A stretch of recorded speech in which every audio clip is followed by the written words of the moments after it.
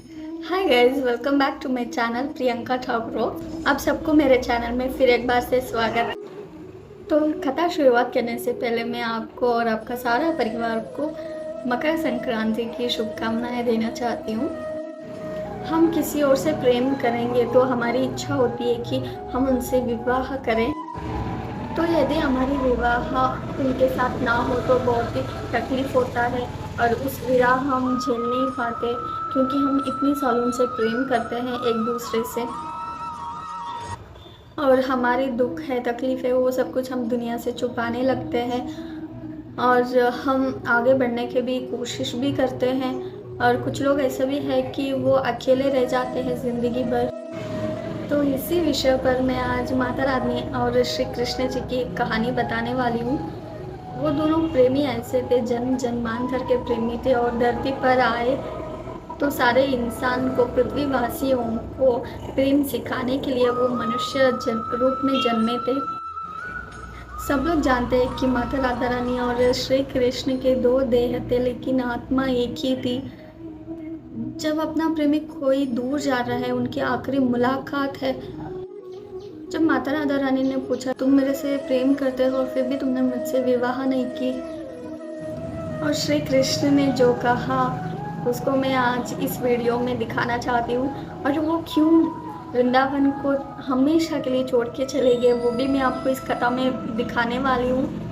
अगर आपको मेरी इस वीडियो अच्छा लगा तो प्लीज़ लाइक और शेयर सब्सक्राइब करो। धन्यवाद। Thank you so much. आप सबको मेरी इस कथा में स्वागत है।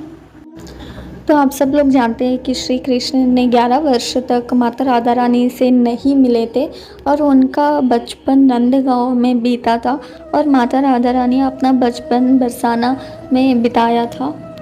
और उसके बाद हुआ कुछ इस तरह की, सारा संसार को प्रेम सिखाने के लिए श्री कृष्ण और माता राधा रानी को एक दूसरे से मिलना ही था।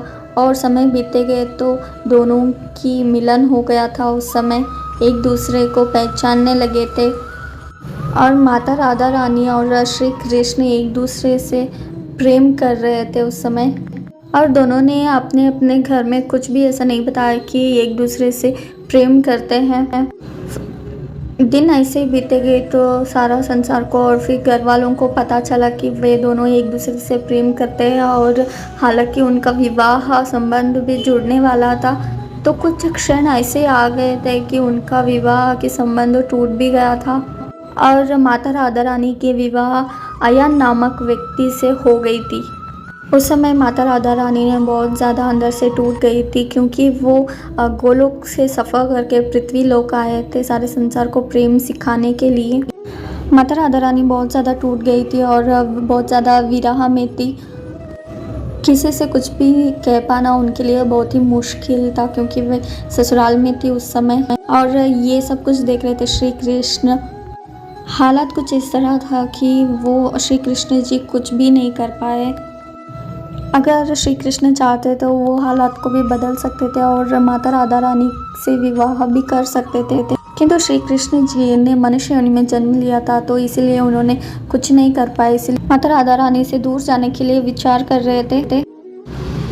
तो श्री कृष्ण ने बहुत विरह में थे और वो भी बहुत रोने लगे और वहाँ रुकना उनके लिए बहुत ही मुश्किल था, बरसाना और नंदगांव में, क्योंकि वहाँ पे माता राधा रानी और श्री कृष्ण ने दोनों बिताए हुए स्मृतियाँ बहुत थी, जो कि उनको बहुत सारी तकलीफ दे रही थी। और श्री कृष्ण दाऊ के साथ मिलकर वृंदावन और बरसान से बहुत दूर जाने की सोच रहे थे और जा भी रहे थे। तो ये सूचना माता राधा रानी को मिली, तो माता राधा रानी दौड़कर श्री कृष्ण के पास पहुंची और श्री कृष्ण जी से कहने लगी कि श्री कृष्ण, तुमने मुझसे विवाह क्यों नहीं की? तुमने तो मुझसे अधिक प्रेम करते हो ना, तो विवाह क्यों नहीं किया? तो उस समय माता राधा रानी की आंखों में बहुत ही ज़्यादा आंसू थे।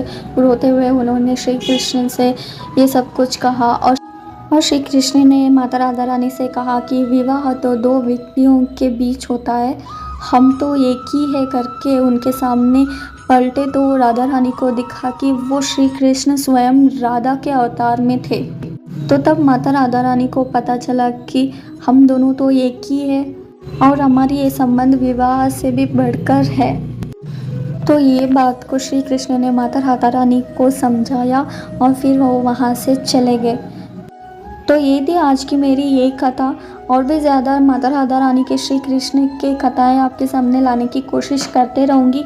अगर आपको इस कथा अच्छा लगा तो प्लीज़ लाइक और शेयर सब्सक्राइब करो। धन्यवाद। Thank you so much.